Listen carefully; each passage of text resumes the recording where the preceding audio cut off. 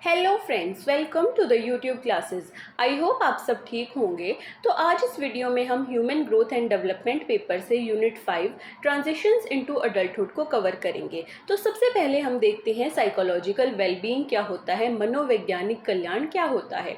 तो psychological wellbeing का मतलब होता है जब कोई व्यक्ति मेंटली, इमोशनली, सोशली एकदम बैलेंस्ड होता है और वो अपने आप में एकदम पॉजिटिव फील करता है, तो उसे ही हम साइकोलॉजिकल वेलबींग कहते हैं।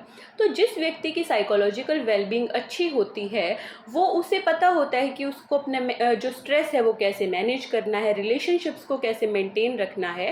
तो जब 18 से जो 25 साल की एज होती है, उस एज में जो लोग होते हैं वो नई रिस्पॉन्सिबिलिटीज़ को फेस करते हैं, जैसे कि एजुकेशन, करियर, रिलेशनशिप्स और इंडिपेंडेंस। तो जो साइकोलॉजिकल वेलबींग होती है इस एज में काफ़ी इम्पोर्टेंट हो जाती है।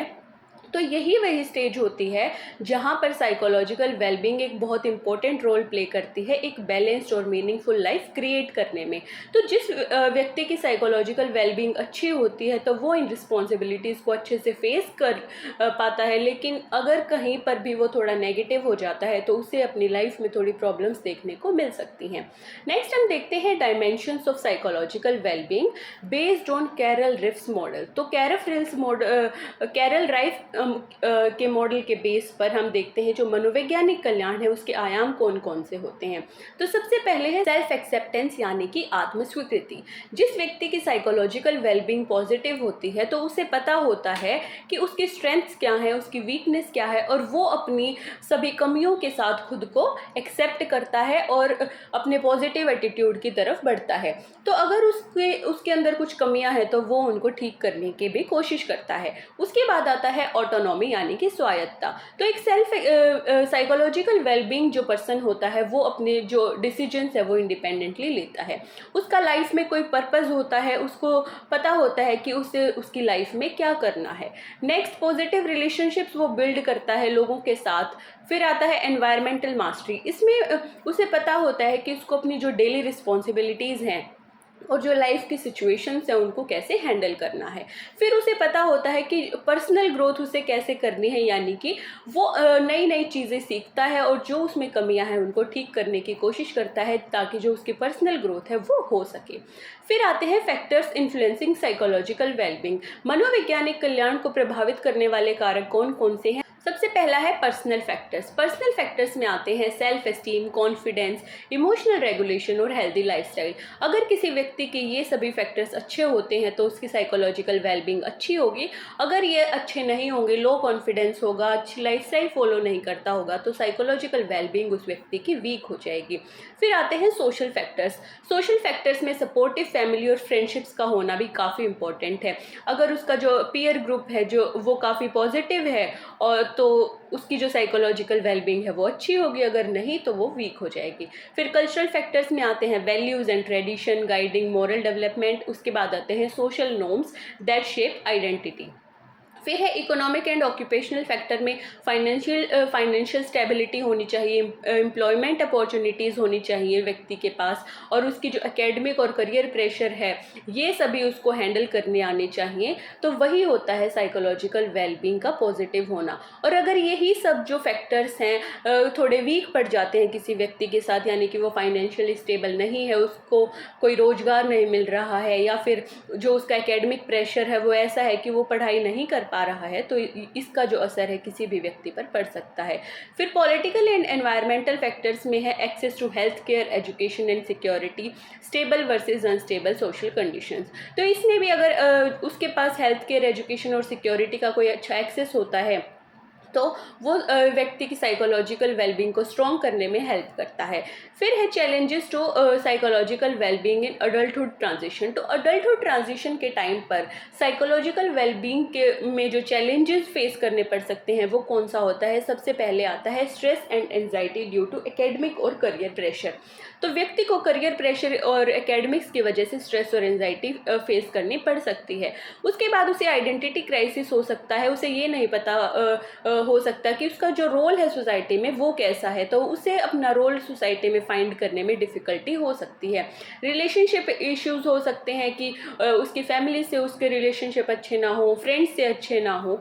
उसके बाद है फाइनेंशियल स्ट्रगल, उसको फेस करने पड़ते हो, यानी कि उसको अपने एक्सपेंसेस खुद ही मैनेज करने पड़ते हो इंडिपेंडेंसी पाने के लिए, या उसका जो बैकग्राउंड है वो फाइनेंशियली इतना अच्छा ना हो। उसे मेंटल हेल्थ प्रॉब्लम भी हो सकती हैं, जैसे कि डिप्रेशन, लोनलीनेस, एडिक्शन। तो ये सभी जो चीज़ें हैं, ये सभी जो चैलेंजेस हैं, व्यक्ति को अडल्टहुड ट्रांजिशन के टाइम पर फेस करने पड़ सकते हैं। फिर हम देखते हैं strategies to enhance psychological wellbeing. तो साइकोलॉजिकल वेलबींग को एनहेंस करने के लिए, अच्छा बनाने के लिए हम कौन कौन सी जो स्ट्रेटजीज हैं उनको फॉलो कर सकते हैं। सबसे पहले है सेल्फ केयर प्रैक्टिस, यानी कि अच्छी नींद लेना, हेल्दी ईटिंग करना और अच्छी फिजिकल एक्टिविटी करना। माइंडफुल इन स्ट्रेस मैनेजमेंट, योगा और मेडिटेशन करके हम अपना जो स्ट्रेस है उसको मैनेज कर सकते हैं। और उसके बाद है टाइम मैनेजमेंट, यानी कि वर्क, पर्सनल लाइफ और स्टडीज़ में बैलेंस करके चलना। सोशल सपोर्ट, यानी कि अपने फैमिलीज़ और फ्रेंड्स के साथ एक स्ट्रॉन्ग बॉन्ड रखना, उनके साथ एक जो स्ट्रॉन्ग टाइज़ हैं वो बना के रखना, ताकि उनको अपने फैमिली और फ्रेंड्स से एक अच्छा सपोर्ट मिल सके। काउंसलिंग एंड थेरेपी, जब अगर उसे लगता है कि वो कहीं वीक पड़ रहा है तो वो काउंसलिंग या फिर थेरेपी भी ले सकता है, या फिर वो अपने फ्रेंड्स और फैमिलीज़ से भी इस बारे में बात कर सकता है। उसके बाद सबसे इम्पोर्टेंट है कि किसी भी व्यक्ति को एक पॉजिटिव साइकोलॉजिकल वेलबींग में रहने के लिए, उसको इन्हेंस करने के लिए पॉजिटिव माइंडसेट का होना बहुत ज़रूरी है। तो व्यक्ति को हमेशा ऑप्टिमिस्ट होना चाहिए, उसका जो ग्रेटिट्यूड है वो हमेशा पॉजिटिव होना चाहिए, सेल्फ कंपैशन उसमें होना चाहिए। नेक्स्ट कंक्लूजन में हम लिख सकते हैं कि जो साइकोलॉजिकल वेलबींग है यंग अडल्ट्स में, यानी कि ट्रांजिशन इनटू अडल्टहुड के टाइम पर, ये काफ़ी इम्पोर्टेंट रोल प्ले करता है। ये किसी व्यक्ति को मेंटली स्ट्रॉन्ग बनाता है, डिसीजन मेकर बनाता है और उसके गोल को अचीव करने में उसकी हेल्प करता है। तो साइकोलॉजिकल वेलबींग अगर किसी व्यक्ति का अच्छा होगा तो वो अपनी लाइफ में काफ़ी अच्छा ग्रो कर सकता है, वो आने वाले चैलेंजेस को अच्छे से फेस कर सकता है। लेकिन अगर वो उसका साइकोलॉजिकल वेलबींग इतना अच्छा नहीं है, वो थोड़ा वीक है, तो वो अपने ऊपर काम करके इस चीज़ को अच्छा बना सकता है और एक हैप्पी, प्रोडक्टिव और मीनिंगफुल लाइफ की तरफ बढ़ सकता है। इसके बाद हम देखते हैं formation of identity and self concept, यानी कि पहचान और आत्म अवधारणा का निर्माण। आइडेंटिटी और सेल्फ कॉन्सेप्ट ह्यूमन डेवलपमेंट के दो बहुत ही इंपॉर्टेंट एस्पेक्ट्स होते हैं, स्पेशली अडोलोसेंस और अर्ली अडल्टहुड के टाइम पर। तो जो सेल्फ कॉन्सेप्ट है वो क्या होता है, जब कोई व्यक्ति अपने बारे में क्या सोचता है और क्या फील करता है, ये होती है सेल्फ कॉन्सेप्ट। लेकिन जब अपने विश्वास, मूल्य, भूमिकाओं और लक्ष्यों को मिलाकर वो ये जान जाता है कि वह कौन है, ये होती है आइडेंटिटी। तो जो सेल्फ कॉन्सेप्ट और आइडेंटिटी होती है, ये लाइफ टाइम चलने वाली प्रोसेस है, जो कि लाइफ के अलग अलग एक्सपीरियंस, फैमिली, कल्चर और सोशल इंटरेक्शन से इन्फ्लुएंस होती है और ये चेंज भी हो सकती है। अब हम देखते हैं सेल्फ कॉन्सेप्ट और आइडेंटिटी का मीनिंग क्या होता है। तो सेल्फ कॉन्सेप्ट का मतलब ये होता है कि व्यक्ति अपने बारे में क्या सोचता है, कि जैसे कि वो हेल्पफुल है, वो इंटेलिजेंट है, ये आ जाता है सेल्फ कॉन्सेप्ट में। लेकिन जब उसे ये पता चल जाता है कि मैं कौन हूँ, यानी कि उसके जो अलग अलग विश्वास हैं, उसकी लाइफ में क्या भूमिका है, उसके जो जीवन के लक्ष्य हैं वो क्या हैं, ये सब इसमें आते हैं। तो आइडेंटिटी में जैसे कि वो पहचान लेता है कि मैं एक लड़का हूँ, मैं एक डॉक्टर हूँ, तो ये या फिर मैं इंडियन हूँ, तो ये सब आ जाता है आइडेंटिटी में।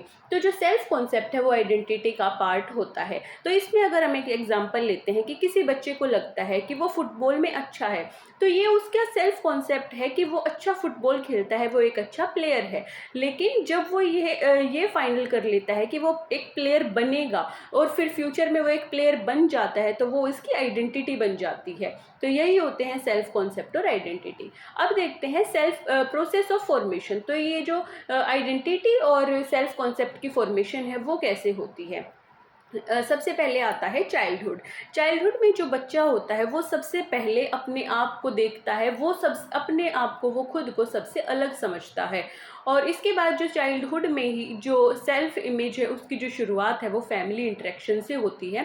जब फैमिली अपने बच्चे से इंटरेक्ट करती है, उसको फीडबैक देती है, तो यही जो चीज़ें होती है बच्चे की सेल्फ इमेज को इन्हेंस करती है, इन्फ्लुएंस करती है। नेक्स्ट, एडोलेसेंस की अगर हम बात करें तो जो आइडेंटिटी होता है, आइडेंटिटी फॉर्मेशन जो होता है एडोलेसेंस का एक बहुत ही इम्पोर्टेंट लक्ष्य होता है। इसमें इसी एज में बच्चे अपनी आइडेंटिटी फॉर्मेशन करने की सोचते हैं। तो जो फ्रेंड्स होते हैं, रोल मॉडल्स होते हैं, फैमिली होती है, वो सभी मतलब बच्चों की आइडेंटिटी शेप करने में काफ़ी हेल्प करते हैं। अब नेक्स्ट हम अडल्टहुड की बात करें तो identity stabilize as individual commit to career, relationship and life goal. तो आइडेंटिटी इस चीज़ पर भी आ जाती है कि व्यक्ति का करियर क्या है, उसके रिलेशनशिप्स कैसे हैं, उसके जो लाइफ गोल्स हैं वो कैसे हैं। तो ये सभी जो चीज़ें हैं ये किसी व्यक्ति की आइडेंटिटी में स्टेबिलिटी लेकर आती हैं। तो अगर किसी व्यक्ति का जो सेल्फ कॉन्सेप्ट है वो मैच्योर होता है, उसमें अच्छी सेल्फ एक्सेप्टेंस होती है, वो अपने आप को अच्छे से एक्सेप्ट करता है, तो ये सभी चीज़ें उसके सेल्फ कॉन्सेप्ट को अच्छा बनाती है, मैच्योर बनाती हैं। अब है factors influencing identity and self concept. तो आइडेंटिटी और सेल्फ कॉन्सेप्ट को कौन कौन इन्फ्लुएंस कर सकता है? सबसे पहले आती है फैमिली का पेरेंटिंग स्टाइल, फैमिली कैसे अपने बच्चे को इनकरेज करती है, उनको कैसा इमोशनल सपोर्ट करती है, ये सब उस चीज़ को इन्फ्लुएंस कर सकते हैं। फिर पीयर ग्रुप्स में पीयर ग्रुप किसी व्यक्ति को कैसे एक्सेप्ट कर रहे हैं, वो उनका कंपैरिजन कैसे कर रहे हैं, उनको फीडबैक कैसा दे रहे हैं, ये आ जाएगा पीयर्स में। कल्चर में किसी व्यक्ति के ट्रेडिशंस कैसे हैं, वैल्यूज़ कैसी हैं, कम्युनिटी एक्सपेक्टेशंस कैसी हैं, और फिर स्कूल एनवायरनमेंट, अचीवमेंट और टीचर इन्फ्लुएंस, ये सभी एजुकेशन के अंदर आ जाते हैं। कि स्कूल का एनवायरनमेंट अगर अच्छा होगा तो जो उसकी आइडेंटिटी फॉर्मेशन है वो अच्छी होगी, उसकी अच्छी अचीवमेंट्स होंगी तो उसकी अच्छी आइडेंटिटी फॉर्मेट होगी। तो यही सब चीज़ें हैं जो बच्चों को इन्फ्लुएंस करती है। मीडिया एंड टेक्नोलॉजी भी इस चीज़ में काफ़ी इंपॉर्टेंट रोल प्ले करता है। तो यहाँ से बच्चे अपने मीडिया एंड टेक्नोलॉजी के थ्रू बच्चे अपने रोल मॉडल्स को देखते हैं, उनका एक्सपोजर मिलता है, उनको ग्लोबल पर्सपेक्टिव मिलते हैं, तो यही चीज़ उनकी जो आइडेंटिटी है उसको इन्फ्लुएंस करती है। जो पर्सनल एक्सपीरियंस होते हैं किसी व्यक्ति के, जैसे कि सक्सेस, फेलियर और सेल्फ रिफ्लेक्शन, ये सब भी आइडेंटिटी फॉर्मेशन को इन्फ्लुएंस करने में काफ़ी हेल्प करते हैं। फिर आता है थ्योरेटिकल पर्सपेक्टिव। थ्योरेटिकल पर्सपेक्टिव में सबसे पहले है एरिक एरिक्सन। उन्होंने अपनी साइको सोशल थ्योरी में भी आइडेंटिटी वर्सेस रोल कन्फ्यूजन की बात की है। तो जब कोई व्यक्ति है उसका जो रिजोल्यूशन है वो सक्सेसफुल हो जाता है, तो जो उसकी व्यक्ति की आइडेंटिटी है वो बनती है, लेकिन अगर वो फेल हो जाता है तो उसे रोल कन्फ्यूजन होता है, उसे नहीं पता होता कि जो सोसाइटी में उसका रोल क्या है वो क्या है। फिर जेम्स मैरिका ने जो आइडेंटिटी है उसकी 4 अवस्थाओं की बात की है: आइडेंटिटी, डिफ्यूजन, फोरक्लोजर, मोरेटोरियम और अचीवमेंट। उसके बाद कार्ल रोजर्स ने भी अपनी सेल्फ थ्योरी में सकारात्मक वातावरण और बिना शर्त स्वीकृति से आत्म अवधारणा विकसित होती है, इस चीज़ के बारे में बताया है। नेक्स्ट, सोशल लर्निंग थ्योरी जो बंडूरा की है उसमें अनुकरण, अवलोकन और प्रोत्साहन से पहचान बनती है, ऐसा बंडूरा ने बताया है। नेक्स्ट हम देखते हैं challenges in identity and self concept formation.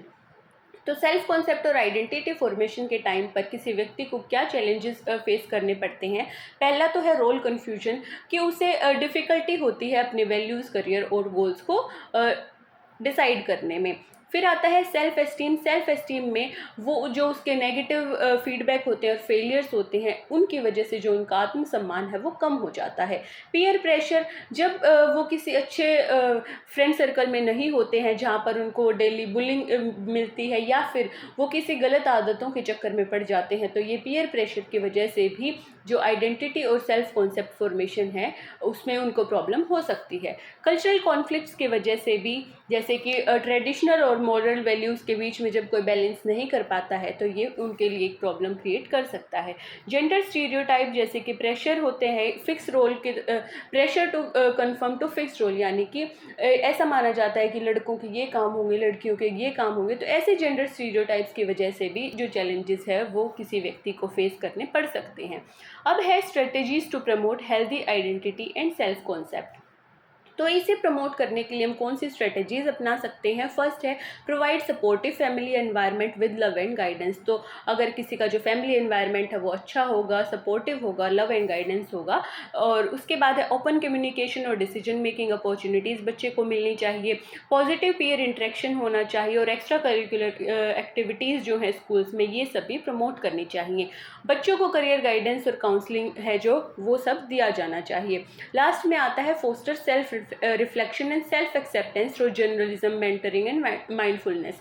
तो इन सब के ज़रिए यानी कि जर्नलिंग करके या फिर मेंटरिंग करके या फिर माइंडफुलनेस यानी कि मेडिटेशन योगा के थ्रू कोई भी व्यक्ति सेल्फ एक्सेप्टेंस सीख सकता है, उसको जो सेल्फ रिफ्लेक्शन है उसके बारे में उसको पता चल सकता है। लास्ट कंक्लूजन में हम लिख सकते हैं कि आइडेंटिटी और सेल्फ कॉन्सेप्ट एक कॉम्प्लेक्स प्रोसेस है, बट एक ये एसेंशियल प्रोसेस भी है एक ह्यूमन डेवलपमेंट का। तो अगर किसी व्यक्ति का स्ट्रॉन्ग और पॉजिटिव सेल्फ कॉन्सेप्ट होता है तो उसके अंदर कॉन्फिडेंस आता है, सेल्फ रिलायंस आता है, जो उसका आत्मसम्मान है वो बढ़ता है और जो उसकी आइडेंटिटी है वो एक अच्छी फॉर्मेट होती है, जिससे उसे पता चलता है कि उसको अपने जीवन में क्या करना है, उसको उसके पर्पज़ का पता होता है, वो अपनी रिस्पॉन्सिबिलिटीज़ को अच्छे से हैंडल कर पाता है। तो ये सब कब पाता है? जब हमें किसी व्यक्ति को अच्छा सपोर्टिव एनवायरनमेंट प्रोवाइड करते हैं, प्रॉपर गाइडेंस बच्चे को देते हैं।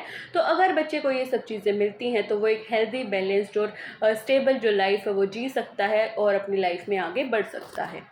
नेक्स्ट हम बात करते हैं इमर्जिंग रोल्स एंड रिस्पॉन्सिबिलिटीज़ की, यानी कि उभरती भूमिकाएं और उत्तरदायित्व। जब कोई व्यक्ति चाइल्डहुड से एडोलेसेंस और अडल्टहुड की तरफ जाता है तो उसे अपनी लाइफ में बहुत सारे रोल्स और जो रिस्पॉन्सिबिलिटीज़ हैं वो फेस करने पड़ते हैं। तो यही जो रोल्स और रिस्पॉन्सिबिलिटीज़ होती हैं किसी बच्चे की biological maturity, social expectation, tradition और जो उसके पर्सनल चॉइस है उनको शेप करने में हेल्प करती है। तो जब कोई व्यक्ति इन रोल्स और रिस्पॉन्सिबिलिटीज़ को फॉलो करता है तो यही सब चीज़ें उनके अंदर इंडिपेंडेंसी, आइडेंटिटी, सेल्फ कॉन्सेप्ट और जो सेल्फ कंट्रीब्यूशन है उसको बिल्ड करने में हेल्प करते हैं। तो अब हम देखते हैं रोल और जो रिस्पॉन्सिबिलिटी है उसका मतलब क्या होता है। तो सबसे पहले रोल यह वो बिहेवियर या ड्यूटी होता है जो किसी पर्टिकुलर स्टेज या पोजीशन से जुड़ा होता है, जैसे कि एक स्टूडेंट का रोल होता है, फ्रेंड का रोल होता है, एम्प्लॉय का रोल होता है, हम कह सकते हैं। नेक्स्ट है रिस्पॉन्सिबिलिटी। तो ये जो रिस्पॉन्सिबिलिटी है ये रोल को सही और ईमानदारी से निभाने का दायित्व होता है। जैसे कि एक स्टूडेंट है उसकी जो रिस्पॉन्सिबिलिटी है वो होती है होमवर्क करना। तो यही जो रोल्स और रिस्पॉन्सिबिलिटी है इन दोनों का कम्बिनेशन किसी व्यक्ति की फैमिली, स्कूल और कम्युनिटी, सोसाइटी में डिफाइन करता है कि वह कौन है, उसका रोल क्या है और उसकी रिस्पॉन्सिबिलिटी क्या है। नेक्स्ट हम देखते हैं emerging roles and responsibility across life stages. तो लाइफ के डिफरेंट स्टेजेस जैसे कि चाइल्डहुड, एडोलेसेंस, इन सब स्टेजेस में जो रोल्स और रिस्पॉन्सिबिलिटी हैं वो क्या होती हैं। सबसे पहले हम देखते हैं चाइल्डहुड, जो कि 6 से 12 साल तक होता है। इसमें किसी व्यक्ति का रोल होता है लर्नर का, प्लेमेट का, हेल्पर एट होम का। रिस्पॉन्सिबिलिटी क्या होती है? होमवर्क करना, छोटे छोटे काम में हेल्प करना और डिसिप्लिन सीखना। तो इस स्टेज में बच्चों को बेसिक स्किल और सोशल इंटरेक्शन जो है वो सिखाई जाती है। नेक्स्ट एडोलेसेंस यानी कि 13 to 18 ईयर में व्यक्ति का रोल होता है स्टूडेंट का, फ्रेंड का और डिसीजन मेकर का। उनकी रिस्पॉन्सिबिलिटी होती है time management, career planning, healthy relationship बनाना। तो एडोलेसेंस में आइडेंटिटी बनती है, दोस्त और रोल मॉडल जो होते हैं इनका बहुत बड़ा रोल इस टाइम पर होता है। नेक्स्ट है अर्ली एडल्टहुड। इसमें रोल होता है कॉलेज स्टूडेंट का, एम्प्लॉय का या फिर पार्टनर का, जो कि 18 to 25 ईयर्स तक होता है। इसमें रिस्पॉन्सिबिलिटी होती है करियर प्रिपरेशन, फाइनेंशियल इंडिपेंडेंस और सोशल पार्टिसिपेशन। नेक्स्ट तो जो ये अर्ली एडल्टहुड की जो स्टेज है यहाँ व्यक्ति खुद की जो लाइफ है उसकी डायरेक्शन को तय करता है। नेक्स्ट एडल्टहुड में रोल होता है प्रोफेशनल का, स्पाउस का, पेरेंट का या फिर कम्युनिटी लीडर का। यहाँ पर रिस्पॉन्सिबिलिटी होती है earning livelihood, raising children, work life को बैलेंस करना। तो यह जो फेज होता है समाज में कंट्रीब्यूशन और जो परिवार की जो जिम्मेदारी है वो निभाने का होता है। अब आते हैं next domains of emerging roles. तो इन उभरती भूमिकाओं के जो क्षेत्र हैं वो कौन कौन से होते हैं। सबसे पहले होता है पर्सनल डोमेन, जहाँ पर सेल्फ केयर, डिसिप्लिन और जो रिफ्लेक्शन है वो आता है। फैमिली डोमेन में पेरेंट्स की मदद करना, केयर गिविंग करना, रिस्पॉन्सिबिलिटी शेयर करना, ये सब होते हैं। एजुकेशनल और ऑक्यूपेशनल डोमेन में एजुकेशन कंप्लीट करना और अपना करियर चूज़ करना आ जाता है। नेक्स्ट जो सोशल डोमेन होता है उसमें फ्रेंडशिप बिल्ड करना, वॉलंटियरिंग करना या फिर जो सोशल नॉर्म्स होते हैं उनको फॉलो करना। सिविक और पॉलिटिकल डोमेन में जो हमारे राइट्स और ड्यूटीज़ होती हैं उनको समझना और सोशल जो चेंज हैं उनमें पार्टिसिपेट करना, समाज सुधारक जो चीज़ें होती हैं उनमें पार्टिसिपेट करना। और उसके बाद है challenges in taking up roles and responsibilities. तो रोल्स रिस्पॉन्सिबिलिटीज़ निभाने के टाइम पर कौन कौन से चैलेंजेस आ सकते हैं। फर्स्ट है रोल कॉन्फ्लिक्ट। तो स्टूडेंट, फैमिली और फ्रेंड्स में जो बैलेंस है वो बनाना थोड़ा मुश्किल हो जाता है। फिर है पीयर प्रेशर।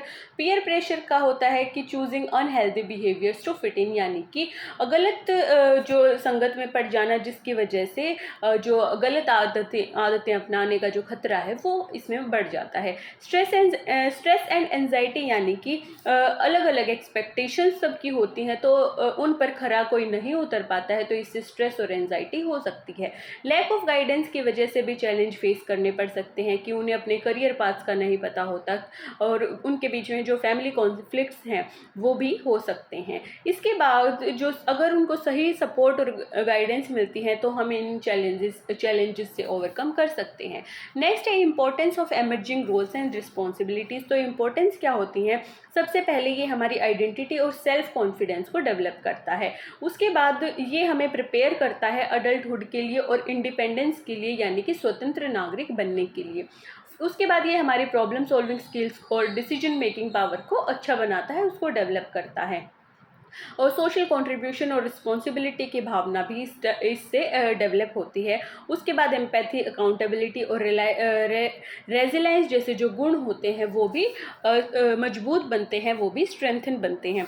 तो अब हम इसमें ये भी ऐड कर सकते हैं कि हम इन रोल्स एंड रिस्पॉन्सिबिलिटीज़ को कैसे हैंडल कर सकते हैं। तो अगर किसी बच्चे को सपोर्टिव एनवायरनमेंट मिलता है, फैमिली का प्यार और गाइडेंस मिलता है, उसके बाद अगर फैमिली के बीच में या फ्रेंड्स के बीच में ओपन कम्युनिकेशन होता है, टाइम मैनेजमेंट हो सकता है, हम अपनी प्रायोरिटीज़ तय कर सकते हैं और उसके बाद करियर काउंसलिंग और इमोशनल सपोर्ट से भी हम इन चीज़ों को हैंडल कर सकते हैं। लास्ट कंक्लूजन में हम लिख सकते हैं कि इस चीज़ में थोड़ी सी जो हमें चुनौतियां हैं वो फेस करनी पड़ सकती हैं, लेकिन इन्हीं से ओवरकम करना एक काफ़ी इम्पोर्टेंट रोल हो जाता है कि ये भी एक रिस्पॉन्सिबिलिटी होती है कि कैसे हमें हमारी लाइफ में नेगेटिविटी से आगे बढ़ना है। तो जो ये रोल्स एंड रिस्पॉन्सिबिलिटीज़ होती हैं किसी भी व्यक्ति को रिस्पॉन्सिबल सिटीज़न बनाने में और एक केयरिंग फैमिली मेम्बर बनाने में हेल्प करती है। तो गाइडेंस, एजुकेशन और सपोर्टिव एनवायरनमेंट देकर हम किसी व्यक्ति को अच्छा बना सकते हैं। अच्छी रोल्स और रिस्पॉन्सिबिलिटीज़ जो होती हैं वो किसी व्यक्ति के फ्यूचर कोर्स उसके वेलबींग को शेप करती हैं। नेक्स्ट हम देखते हैं life skills and independent living, यानी कि जीवन कौशल और स्वतंत्र जीवन। लाइफ स्किल्स वो स्किल्स होती हैं जो किसी इंडिविजुअल को हेल्प करती हैं उनकी एवरीडे लाइफ में आने वाले चैलेंजेस को डील करने में। ऐसे में लाइफ स्किल्स हमें ये सिखाती हैं कि हम कैसे अपनी प्रॉब्लम्स को हैंडल करें, दूसरों से अच्छे संबंध बनाएं और अपने इमोशंस को समझें और प्रैक्टिकल कामों में सेल्फ रिलायंट बने। इंडिपेंडेंट लिविंग का मतलब है अपनी ज़रूरतों का खुद से ध्यान रखना, सही डिसीजन लेना और बिना किसी पर ज़्यादा डिपेंडेंट हुए अपनी लाइफ में आगे बढ़ना। तो जब ये दोनों चीज़ें लाइफ स्किल्स और इंडिपेंडेंट लिविंग साथ आती हैं तब हम एक कॉन्फिडेंट, रिस्पॉन्सिबल और एक प्रोडक्टिव जो इंसान है वो बनते हैं। Next is meaning of life skills and independent living. Life skills वो एबिलिटीज़ हैं जो हमें हर दिन की चैलेंजेस से निपटने में हेल्प करती हैं, जैसे कि communication, problem solving, self management या फिर डिसीजन मेकिंग। और इंडिपेंडेंट लिविंग का मतलब है अपने हेल्थ, फाइनेंसेस, वर्क, रिलेशनशिप और सोशल लाइफ को खुद से मैनेज करना। जैसे कि अगर हम अपने पैसों का कोई बजट बनाते हैं या खुद खाना बनाकर हेल्दी लाइफस्टाइल अपनाते हैं तो ये एक इंडिपेंडेंट लाइफ स्किल का पार्ट है। Next is type of life skill. सबसे पहले आती हैं कॉग्निटिव स्किल्स। इसमें critical thinking, problem solving, creativity ये सब शामिल होते हैं। फिर सोशल स्किल्स में अच्छे से कम्युनिकेट करना, एम्पैथी दिखाना और कॉन्फ्लिक्ट्स को सॉल्व करना सोशल स्किल्स का पार्ट है। फिर इमोशनल स्किल में अपनी फीलिंग्स को समझना, स्ट्रेस मैनेज करना, इमोशंस को कंट्रोल करना। फिर प्रैक्टिकल और एडेप्टिव स्किल में खाना बनाना, अपने पैसे मैनेज करना, पर्सनल हाइजीन का ध्यान रखना और टेक्नोलॉजी का सही यूज़ करना आ जाता है। फिर है life skill for independent living. तो लाइफ स्किल जो होती हैं इंडिपेंडेंट लिविंग में कैसे हेल्प करती हैं, सबसे पहले आ जाता है सेल्फ केयर स्किल्स। इसमें आता है पर्सनल हाइजीन, हेल्दी ईटिंग और फिटनेस। हाउस होल्ड मैनेजमेंट में कुकिंग करना, क्लीनिंग करना, अपने रिसोर्सेज को ऑर्गेनाइज करना। फाइनेंशियल मैनेजमेंट में बजट तैयार करना, सेविंग्स करना और जो अपना खर्च है वो जिम्मेदारी से खर्च करना। डिसीजन मेकिंग में अपना करियर चूज़ करना, अच्छे फ्रेंड्स बनाना और अच्छी लाइफस्टाइल को फॉलो करना। कम्युनिकेशंस में अपने आइडियाज़ को एक्सप्रेस करना, क्लियरली बातें करना और या फिर दूसरों की जो बातें हैं उनको अच्छे से सुनना। टाइम मैनेजमेंट में आ जाता है अपना जो वर्क है और स्टडी है या फिर अपना जो फैमिली का टाइम है उस सब में बैलेंस करके चलना। सेफ्टी और हेल्थ स्किल्स में फर्स्ट एड और जो रिस्की बिहेवियर्स हैं उनको अवॉइड करना, ये सब आ जाता है। तो जो ये स्किल्स हैं लाइफ में हमें इंडिपेंडेंट और सक्सेसफुल बनाती हैं। अब है importance of life skill and independent. तो इसकी इम्पोर्टेंस क्या होती है? सबसे पहले ये हमारे अंदर कॉन्फिडेंस बिल्ड करता है और सेल्फ रिलायंस को प्रमोट करता है। उसके बाद ये हमारी जो मेंटल हेल्थ होती है उसको स्ट्रॉन्ग बनाता है। जो हमारे एकेडमिक्स और प्रोफेशनल सक्सेस हैं उनको एनहेंस करने में हेल्प करता है। उसके बाद रिलेशनशिप्स और सोशल एडजस्टमेंट को इम्प्रूव करता है, हमारे रिलेशनशिप्स को बेटर बनाता है। और इसके बाद अडल्टहुड रिस्पॉन्सिबिलिटीज़ जैसे कि जॉब, फैमिली, रिलेशनशिप, सिटीजनशिप, इन सब के लिए प्रिपेयर करता है। फिर उसके बाद रियल लाइफ प्रॉब्लम का सॉल्यूशन देने में भी ये हमारी हेल्प करता है। नेक्स्ट है challenges in developing independent living skill. तो इसमें कौन कौन से चैलेंजेस आ सकते हैं? सबसे पहले होता है over protection bye parents and care givers. तो जो पेरेंट्स होते हैं अपने बच्चों को ओवर प्रोटेक्ट करते हैं, वो उन्हें खुद से कुछ काम नहीं करने देते, तो ये एक बड़ा चैलेंज इसमें हो सकता है। फिर है lack of practical training in school में प्रैक्टिकल ट्रेनिंग की कमी होना। फिर पीयर प्रेशर और सोशल मीडिया का नेगेटिव प्रभाव भी इसमें आ जाता है। उसके बाद है आर्थिक सीमाएं यानी कि इकोनॉमिक कंस्ट्रेंट। अगर कोई फाइनेंशियली इतना अच्छा नहीं है तो उसके लिए भी थोड़ी प्रॉब्लम आ सकती हैं। फिर है लो सेल्फ कॉन्फिडेंस और फियर ऑफ फेलियर। तो बच्चों में कई बार ये होता है कि अगर वो कुछ नई चीज़ करने जाते हैं तो उनको फेलियर का डर होता है, उनमें कॉन्फिडेंस नहीं होता है, तो ये भी एक चैलेंज बन सकता है। फिर हम इनको ठीक करने के लिए कौन सी स्ट्रेटजीज अपना सकते हैं? फर्स्ट है एजुकेशनल प्रोग्राम्स जो कि रियल लाइफ से जुड़े हों। उसके बाद पेरेंट्स का इनकरेजमेंट, ताकि जो बच्चे हैं वो अपने जो डिसीजंस हैं वो खुद ले सकें। डिबेट्स, क्लब्स और स्पोर्ट्स जैसी एक्स्ट्रा करिकुलर एक्टिविटीज़ और लाइफ स्किल ट्रेनिंग वर्कशॉप दी जानी चाहिए स्कूल्स और कॉलेजेस में। उसके बाद जो काउंसलिंग, मेंटरिंग है जिससे जो इमोशनल और करियर सपोर्ट है वो बच्चों को मिल सकता है। तो ऐसे हम जो लाइफ स्किल्स हैं उनको अच्छे से डेवलप कर सकते हैं। फिर कंक्लूजन में हम लिख सकते हैं तो जो लाइफ स्किल और इंडिपेंडेंट लिविंग स्किल होती हैं ये एक बच्चे को शेप करने में हेल्प करती हैं, बच्चे की पर्सनैलिटी को अच्छा बनाने में हेल्प करती हैं।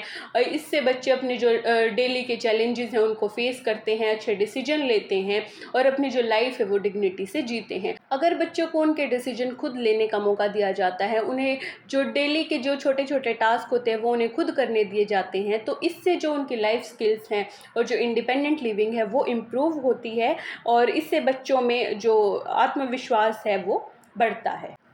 नेक्स्ट इज़ करियर चॉइसेस यानी कि करियर विकल्प। तो choosing a career is one of the most important decisions in a person's life. तो हम सबके लाइफ में एक ऐसा टाइम आता है जब हमें ये डिसाइड करना होता है कि हमें कौन सा करियर चुनना है। तो करियर सिर्फ एक जॉब नहीं है, ये एक लॉन्ग टर्म जर्नी है और जो सही करियर चॉइस है हमारी आइडेंटिटी, हमारी लाइफस्टाइल, हमारा जो फाइनेंशियल स्टेटस है और पर्सनैलिटी सेटिस्फेक्शन को शेप करता है। लेकिन आजकल सोशल मीडिया और टेक्नोलॉजी के इस बदलते जॉब मार्केट की वजह से जो करियर चॉइसेस हैं ये भी थोड़ी कॉम्प्लेक्स हो गई हैं, थोड़ी चैलेंजिंग हो गई हैं। तो आज इस टॉपिक में हम करियर चॉइसेस की बात करते हैं। सबसे पहले आता है मीनिंग ऑफ करियर चॉइसेस। तो करियर और करियर चॉइसेस का जो मतलब है वो क्या होता है? जो करियर है ये वो रास्ता है जिसमें हम अपनी पूरी लाइफ काम करते हैं, जिसमें ग्रोथ, अचीवमेंट और जो अपॉर्चुनिटीज़ होती हैं वो होती हैं।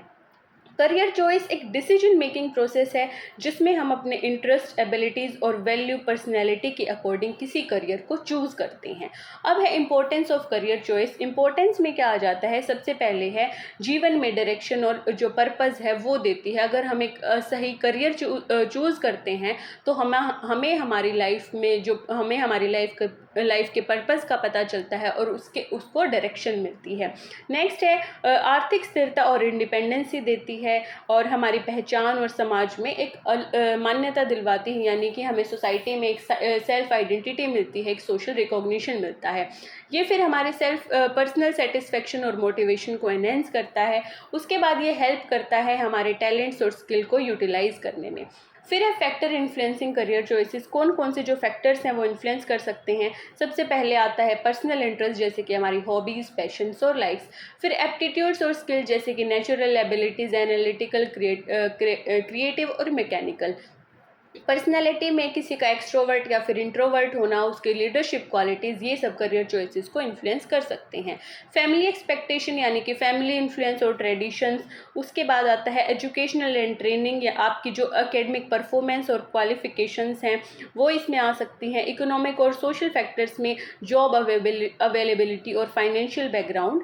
उसके बाद कल्चरल और जेंडर रोल्स में समाज में करियर को लेकर कोई अलग परसेप्शन होना, या फिर टेक्नोलॉजी एडवांस में हम देखा जाए तो न्यू करियर अपॉर्चुनिटीज़ इन एमर्जिंग फील्ड्स, यानी कि अलग अलग क्षेत्रों में नई करियर अपॉर्चुनिटीज़।